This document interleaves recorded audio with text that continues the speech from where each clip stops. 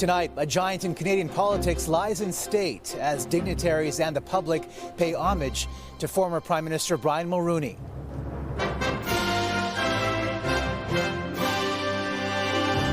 The lines in tribute. Exemplified the soft power of Canada. And the comfort to his family. He probably saw flashes of the kindness that we've been seeing. Plus, an inside perspective on the protocol. That evening, we put together a Tiger team. I started reflecting as to whether or not I belonged. Plus, the reaction set in motion by Parliament's take on a Palestinian state. I'm like operating at a loss. Also, inflation slows down, what it might mean for interest rates.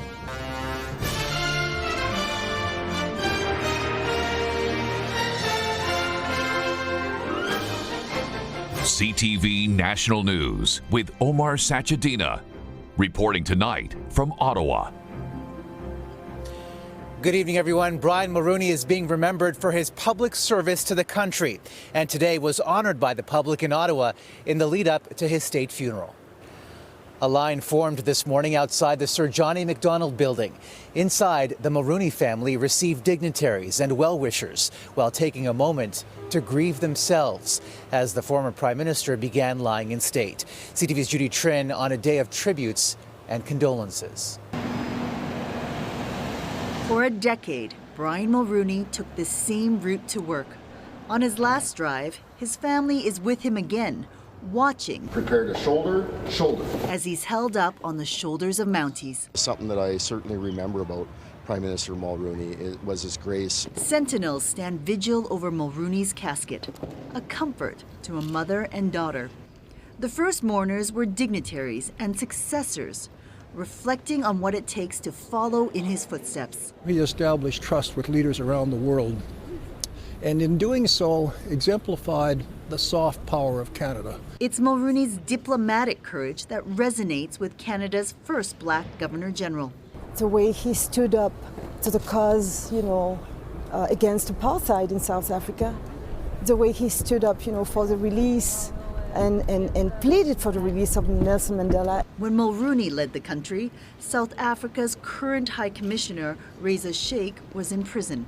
His life impacted by Mulroney's denouncement of American and British support for a racist regime. It took enormous courage, and that fractured the politics of the world and allowed what we would call in Zulu, vulindlela.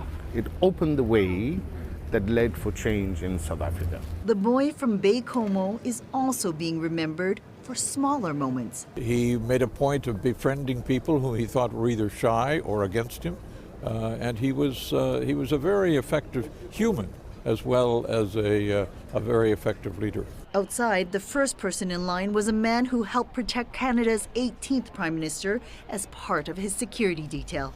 There was days when there's a lot of stress in the car, and there was other days when it was very jovial. Mulroney also left Canadians with the GST, but as the years passed, his family says the former Prime Minister felt more appreciation than anger. I think he probably saw flashes of the kindness that we've been seeing in his call it the back nine. Brian Mulroney was 84 years old. The majority of people won't be able to see the former Prime Minister lie in state, but the Federal Department of Canadian Heritage has set up an online book of condolence. Omar. All right, Judy, thank you. For those who came out in the cold to pay their respects, Brian Mulroney meant something different to each person in line. He represented a great leader, a great vision for the country, and showed a respect for others that I think sometimes is lacking in politics today. I wouldn't do this for every politician, but for Brian Mulroney, for sure. One famous memory, the Shamrock Summit in 1985, singing with U.S. President Ronald Reagan. Robin Averill was there too and played at several caucus parties. He used to get up on stage with me and sing When Irish Eyes Are Smiling, of course. I'm originally from Ireland, but I've been in Canada over 50 years. And he was just a great man. While a former worker in the Prime Minister's office recalled the free trade election of '88. We entered that election at about 19% in the polls, and to win a second majority government coming off that campaign was a testament to the leadership the Prime Minister provided. And you can join us this weekend for many more memories and tributes to Brian Mulroney as part of our special coverage of his state funeral from Montreal. That's at 9 a.m. this Saturday on CTV. A motion passed in the House of Commons last night made international headlines today. Even though the language was watered down by amendments, it still called on Canada to actively pursue a Palestinian state as part of a solution to the Israel-Hamas conflict. CTV's Michael Couture has been following the divisive reaction today. Mike. Omar, an amended motion passed late last night is seen as largely symbolic because it's non-binding.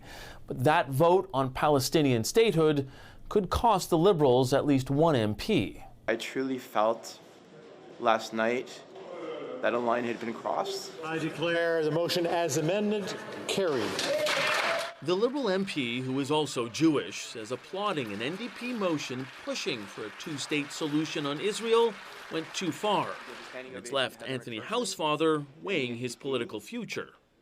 I started reflecting as to whether or not I belonged. And I will let you know further how I feel over the coming days. For the moment, I'm still there. The original motion called for the recognition of the state of Palestine. But after negotiations between the Liberals and NDP, the wording says the government will work towards a two-state solution. This motion should mark the beginning of Canada's journey towards ensuring that Palestinians are given the opportunity to have self-determination and human rights like everyone else across the globe.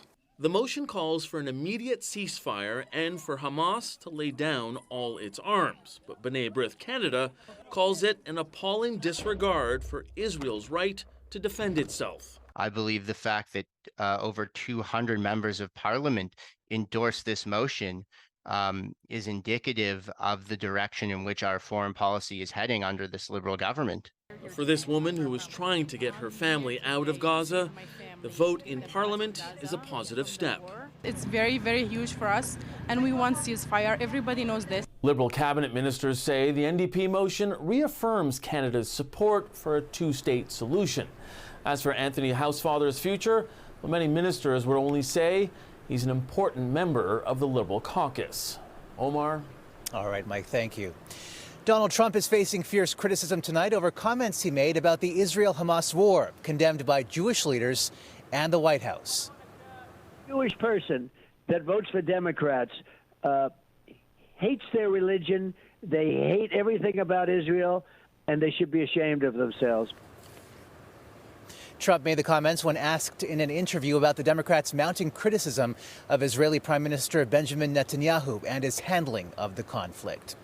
Staying with that conflict, cautious optimism tonight for a ceasefire in Gaza as talks between Israel and Hamas resume.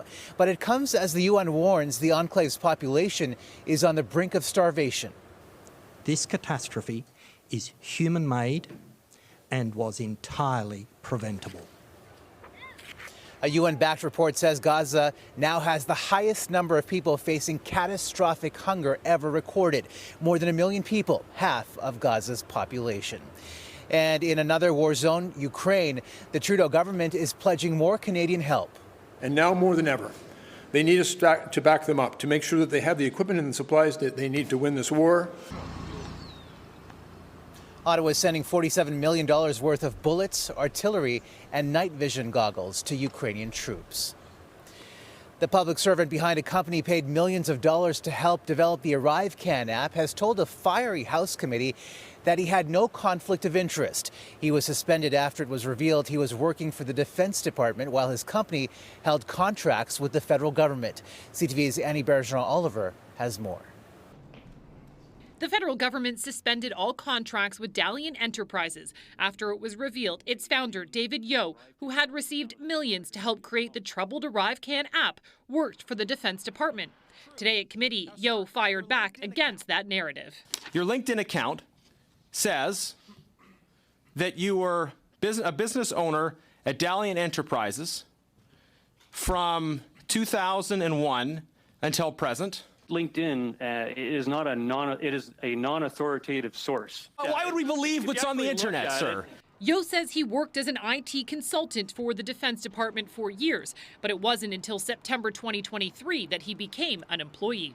I also made appropriate conflict of interest filings with the National Defense Department, resigned as director and officer of Dalian, and put my Dalian shares into a blind trust. Though Yo says he stepped aside, MPs say at least one contract was signed after he joined the public service. During that time, there was a signed contract by Dalian with your signature on it. It was a very small contract. I think it was $40,000 or maybe $49,000 from what I'm aware of. That's the average annual salary of a Quebecer. The government has been under intense scrutiny for spending what the Auditor General estimates could be more than $59 million on the Arrive Can app as a way for travelers to show they were vaccinated during the pandemic. Concerns around who was hired and Yo's time in the civil service have raised concerns about whether public servants should be eligible for government contracts. It's important to note that, for the most part, we typically see rules being well followed. And what we found in Arrive Can was a complete disregard for some of the most basic rules. It's been alleged multiple layers of government subcontractors are being used to hide the price tag and the winning bidders for contracts like Arrive Can. Yao, who was suspended from the Defense Department before resigning, says Omar he's not aware that was happening. All right, Annie, thank you. A massive haul of suspected cocaine with a street value of $194 million was seized at the Port of Halifax. The Canadian Border Services Agency says they were tipped off by Homeland Security. 1.5 tons, border agents believe, originated in California and was destined for Europe. There's some good news for consumers, even though they might not be feeling it. The annual rate of inflation fell to 2.8% last month, lower than what economists had predicted, a measure that could give the Bank of Canada grounds to begin cutting interest rates. Here's CTV's Sarah Plowman on where Canadians are still feeling the sting and where there is some relief. This bakery has plenty of dough, but money is getting harder to come by. I'm not profiting. Actually, right now, I'm operating at a loss. Sugar, cocoa, butter. Costs of key ingredients have been going up. Everything has increased at 10%. Some relief, perhaps. Inflation slowed further to 2.8% in February, down from the 2.9% jump in January. A pretty big downside surprise relative to what we were expecting ahead of the release, which was actually for headline inflation to accelerate. The cost of cell services and internet went down. Groceries went up, but less than they have recently. Gas and housing still climbed. But for the first time in 2.5 years, groceries didn't rise above overall inflation. Prices are still moving up, but at a much, much slower pace. The savings aren't obvious to shoppers. Maybe it will come in the next month, but I haven't seen much of it. Economists believe the new numbers bode well for the Bank of Canada to drop interest rates soon. The next decision is actually in about 20 days. I think that might be a bit early. But certainly the early June decision might be a time where we'd start to see rates decrease. Mortgage interest costs and rent are both pushing inflation up and tied to key interest rates. Once those rates drop, economists note inflation will fall even further. Omar. All right, Sarah, thanks. Coming up, an insider's look at preparing for a state funeral.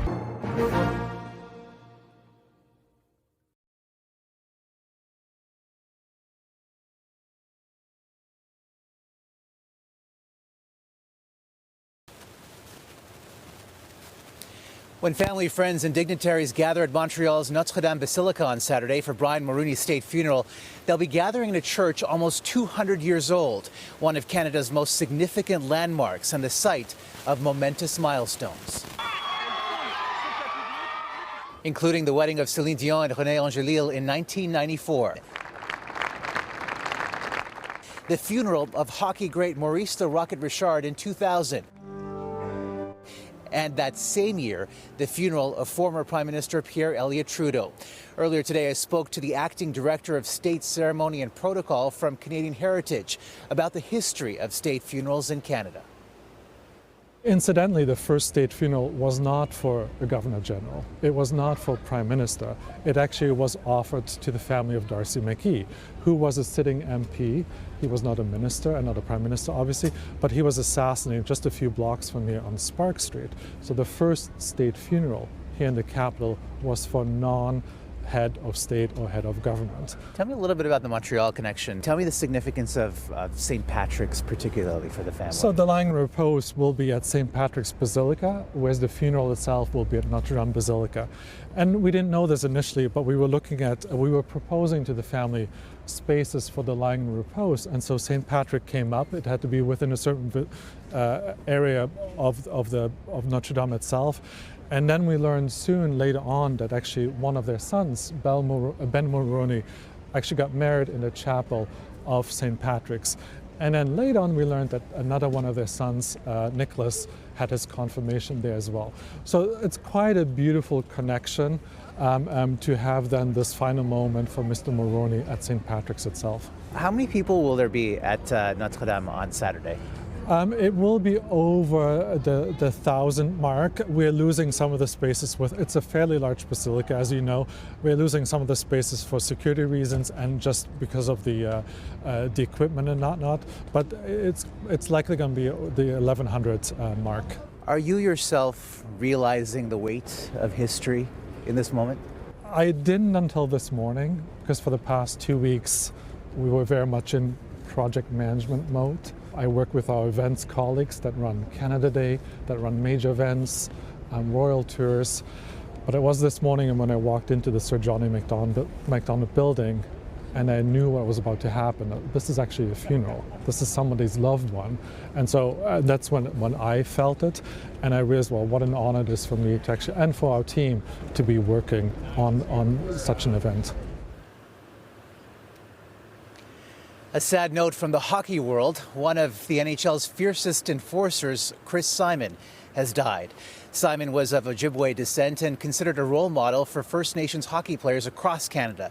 The rugged forward, best known for his physicality on the ice, played for 7 teams, capturing a Stanley Cup. His cause of death is not known. Simon was 52. Still ahead, Canada takes top spot in a new ranking that's not so flattering.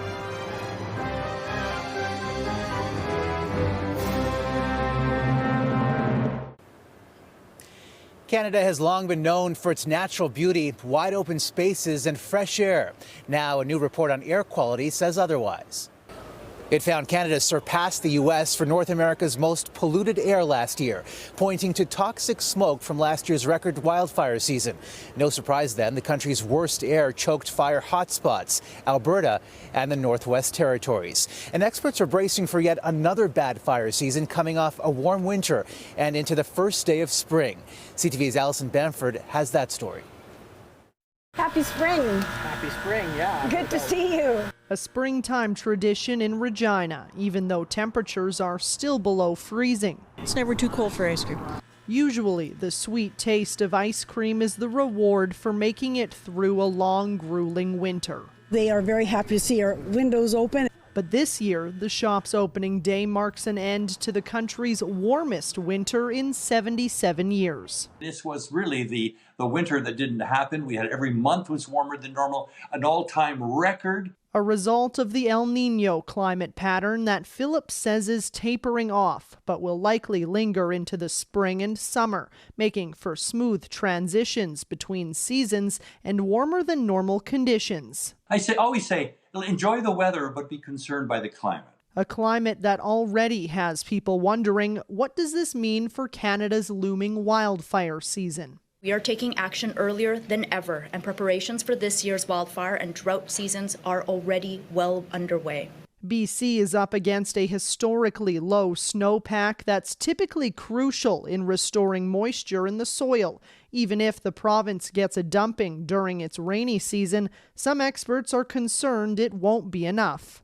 The drought situation and the conditions that we're seeing has now become persistent, ongoing, and predictable. Experts warn climate change and the El Niño could contribute to an early start and a late end to the wildfire season, while meteorologists suggest we may need to rethink the idea of a normal weather pattern so we can better prepare for the extremes. Alison Bamford, CTV News, Regina. And that's a snapshot of this Tuesday from Ottawa. For all of us at CTV National News, thank you for watching. Good night and see you tomorrow.